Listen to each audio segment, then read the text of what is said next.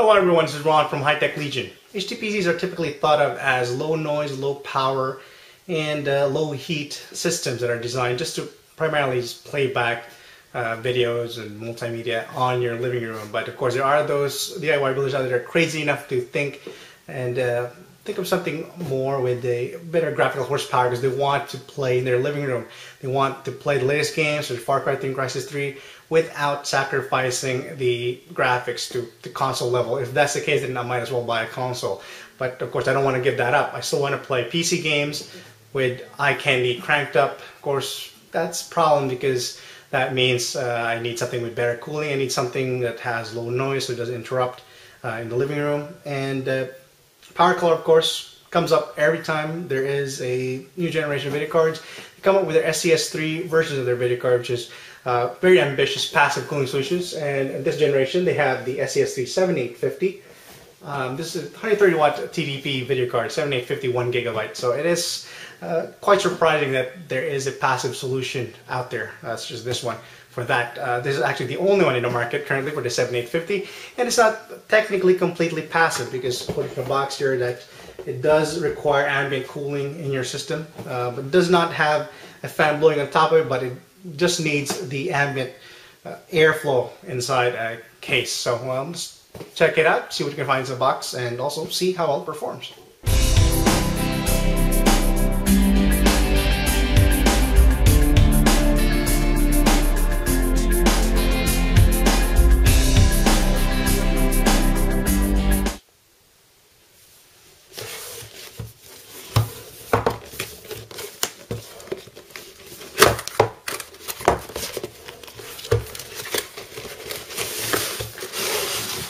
Decided to get a separate compartment for the unit itself, and put that open. Accessories: it comes with a VGA DVI adapter. You can use it in older monitors. You have the card itself wrapped in anti-static packaging. So let's slowly lift this out. And the documentation, of course, right underneath that. It comes with a quick installation guide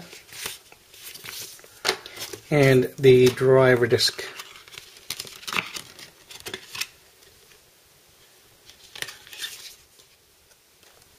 PowerColor has been making SCS3 variants of video cards for a long time now, and this is their latest design on the 7850. It is an update to the 6850 SCS3 with the new G-shaped configuration of the heat sinks. There's 6mm heat pipes here, distributing the heat on several sets of aluminum fins. You have one in the middle, two on the sides, and two more here on the top. And unlike the 6850 SCS3, which extends it to a triple slot solution here at the bottom, this one extends it as a triple slot solution at the top, only here on the side. So there's a little bit more clearance. There is a crossfire connector here in the rear, although as you can see there is a clearance issue with the heat pipe protruding there.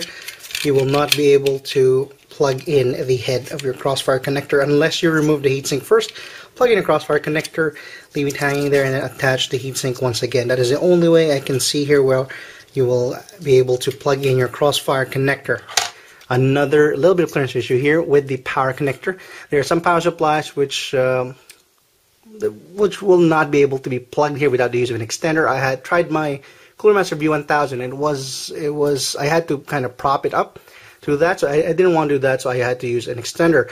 But on my Corsair HX850 it plugged in perfectly, it had no issues. But to kind of remove it, you need to use a flathead screwdriver to make it easier. And there is a 4-pin fan connector there that you can use if you want to put something in there, mod it a little bit. Other than that, it's not a completely passive solution in the case that PowerColor actually recommends you to use a ambient cooling solution inside your case. You want it is that kind of video card. It doesn't have a direct fan on it, but it uses the ambient cooling solution from your front intake of your case and the rear exhaust.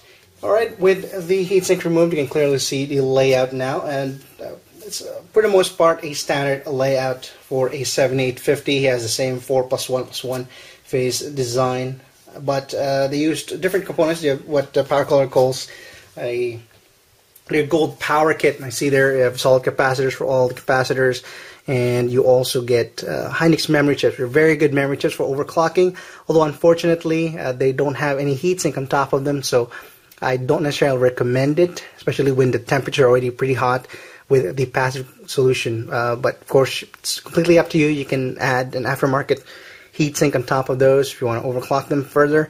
As for the GPU, of course, the 7850 overclocks very well.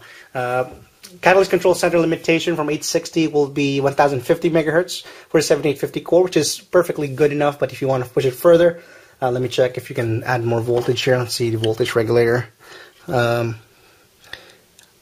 No, unfortunately not. This is actually they didn't go with the other one. This is the NCP 5395 voltage regulator. So unfortunately it does not support, as far as I know, it does not support voltage monitoring or voltage adjustments of any kind. So, but which is understandable since it is a passive video card.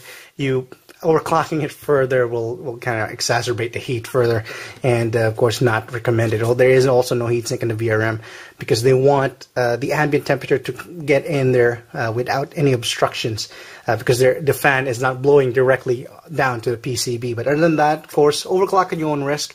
You can definitely overclock it further if you. Completely up to you. I suggest testing it out first in your system, whether it is acceptable in terms of temperature. But other than that, I'm going to plug this in. I'm going to, of course, put it back together.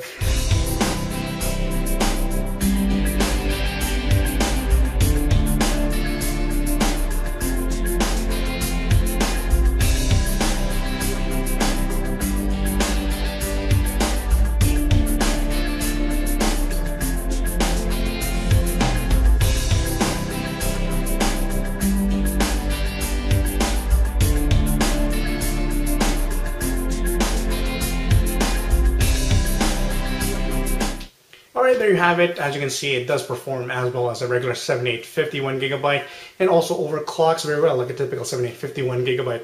But there are, of course, some limitations, so you can't add voltage, and I didn't want to overclock the memory as well because there's no heatsink on it. It's already very high temperature with the passive cooling solution. I didn't want to risk it, but of course, if you want to, you can try. These are Hynix memory chips, so they overclock very well. At least from my experience, they should overclock very well.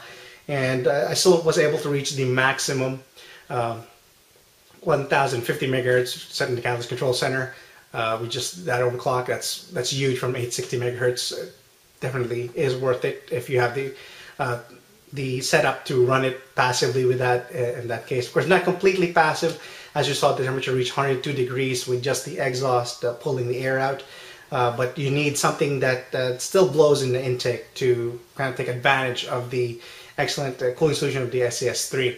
Other than that, of course, this is the only 7850 that is passive currently available in the market, and as such, there is a price premium.